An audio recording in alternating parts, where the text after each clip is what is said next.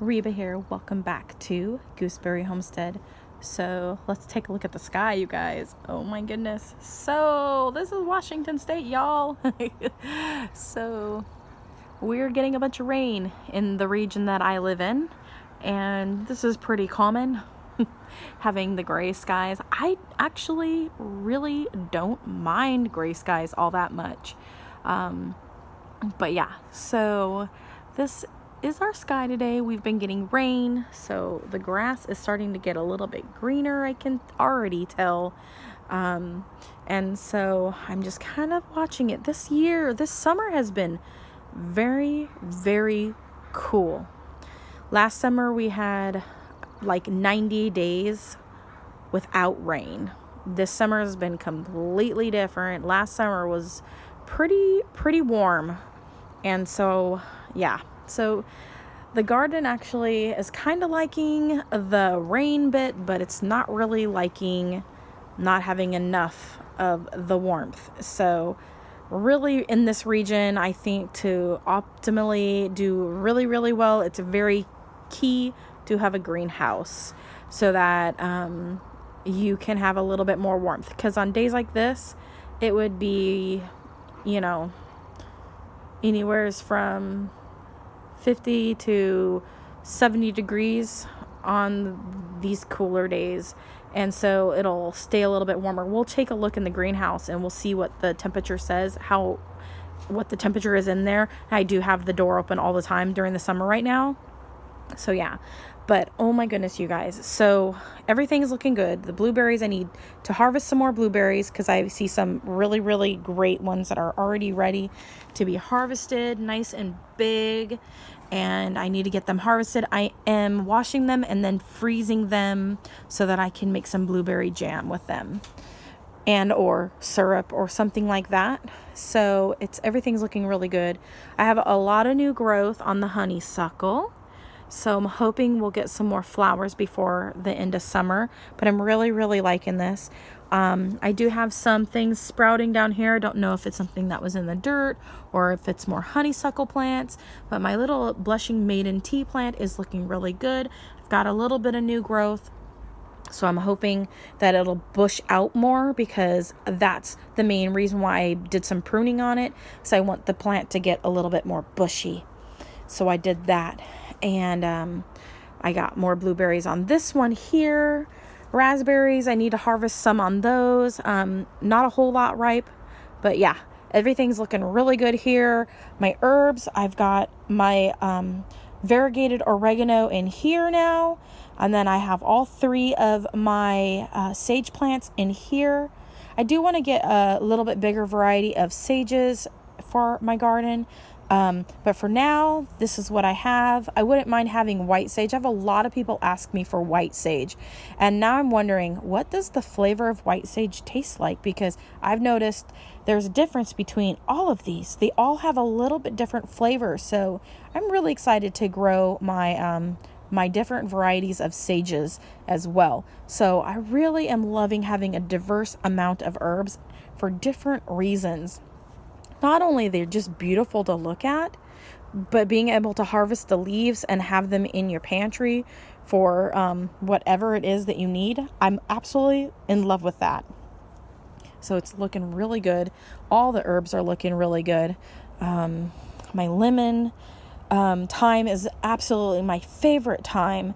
And now I have the Silver Drop lemon thyme as well, which is a variegated variety. And so it's absolutely just beautiful. I'll get down here so you guys can really see the leaf color.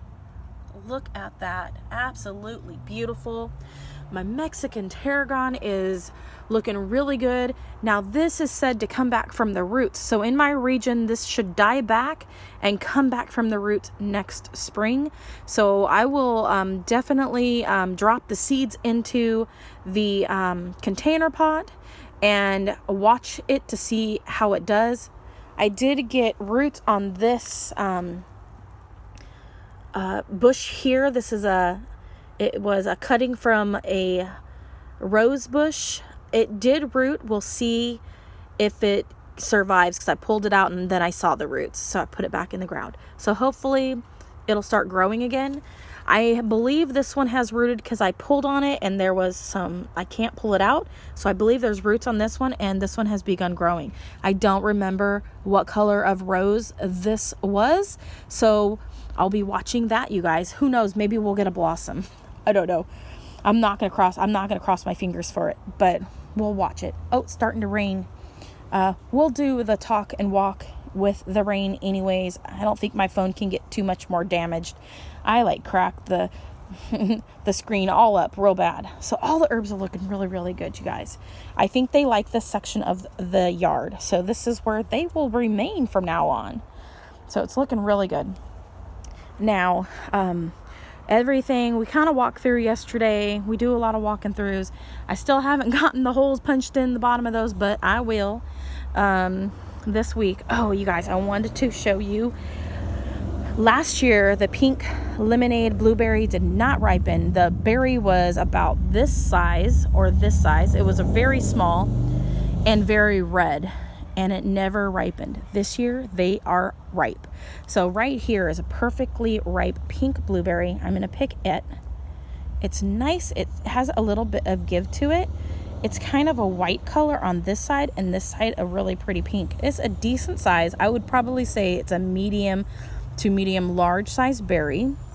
They taste excellent. I would say probably close to either the Spartan or Patriot flavor. I can't, like I said, I don't remember which bush was which, but I preferred the one flavor over the other. So I think this might be closer to the Patriot. I think that's the one that I really liked, is the Patriot flavor. I'm not sure. So I will know by fall which bush was which, but then I'm probably going to forget which one had the more tasty berries until next year. But I'll be able to put markers in it next year, so then I'll know for sure. Or I could look back at my old videos and see. It's starting to come down good. So here are some of the black containers that I obtained. I used these other ones to kind of stabilize those tomato plants that I had in the containers so that they're away from the fence line now. And with all the rest of my goodies right here that I'm growing. So that's where I'm going to have those for now, because I wasn't quite liking how the kids were just banging on the fence right next to them. And with little boys, I just don't trust little boys. Little boys like to pee on stuff. So I moved them over just to be on the safe side. But I've got all these great pots here, you guys, in order to, I'm going to get out of the rain now because it is coming down quite nicely. And, oh, look at these berries, you guys. I only have 2, but that's how they're looking right now. You don't harvest the high bush cranberry. This is a Ukraine high bush cranberry, not a true cranberry, but you wait till the first frost, then pick them. That's when the sugars come in. So we'll be waiting on those until like fall. All right, so we're gonna come over here and we'll stand out of the rain. And yeah, so I got those black container pots, and she's got like just a couple more, not very many, just a couple more for me, and I'll pick those up next Sunday after church.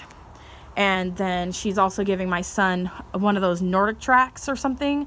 It's one of the ones that, or the Gazelle or something like that.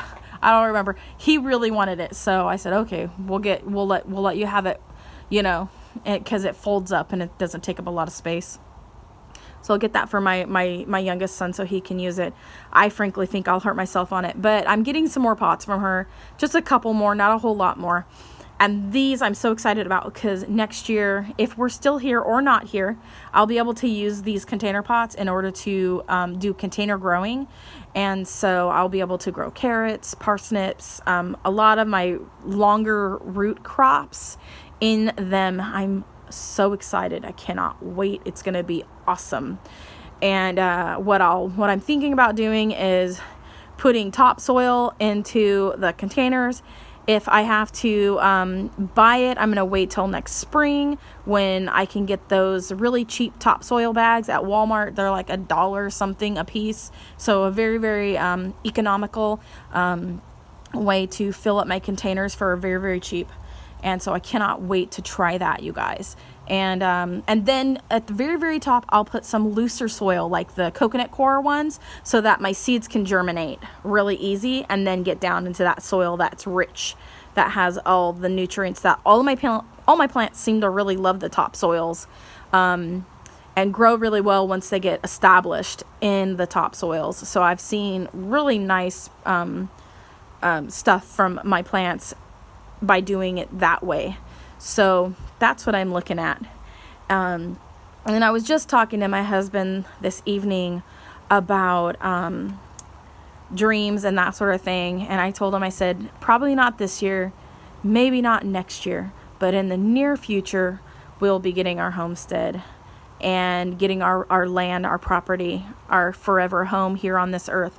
And part of me I just long for it so much that it feels like it's never going to happen, but I know it will happen, because the Lord is faithful and true, and He wants to give those that love Him and serve Him, He wants to give them their desires of their heart.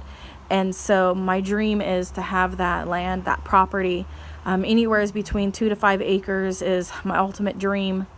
And I would like to have at least 5, but I would be happy with really anything, even the size of the yard that I have right now. And I long and look forward to it. And I was telling him that I would love to have one of those, like even those storage sheds you can build, to have an art studio, and or mixed with, if it's a big enough shed type deal, to be able to have an art studio, a sewing studio, have all of my crafting stuff in like a crafting studio, so that all of my craft supplies aren't taking up the garage, aren't in the home area, and that everything can be separate, and then have like my garden shed and a potting station and a really nice greenhouse in order to grow like household plants in, as well as a really nice greenhouse to have a year-long gardening area. And so those are my long-term loves and joys and goals that I would love to be able to have. And then my husband to be able to have his woodworking studio and whatever it is, shop, or whatever it is that he's wanting to have, for him to have a space where he can develop his goals that he wants to have in the future, have an area for him. And I just long for these things so that we both can have the desires of our hearts fulfilled while we live on this earth, until the return of our Lord Jesus Christ. And I believe that He wants to give us those things, because His Word promises us those things. Not necessarily those things here while we live on this earth, while He would love to give us those things while we're here alive on this earth. Those things are guaranteed in heaven as well. So I long for those things. I long for the security of being stationary, of being in one place.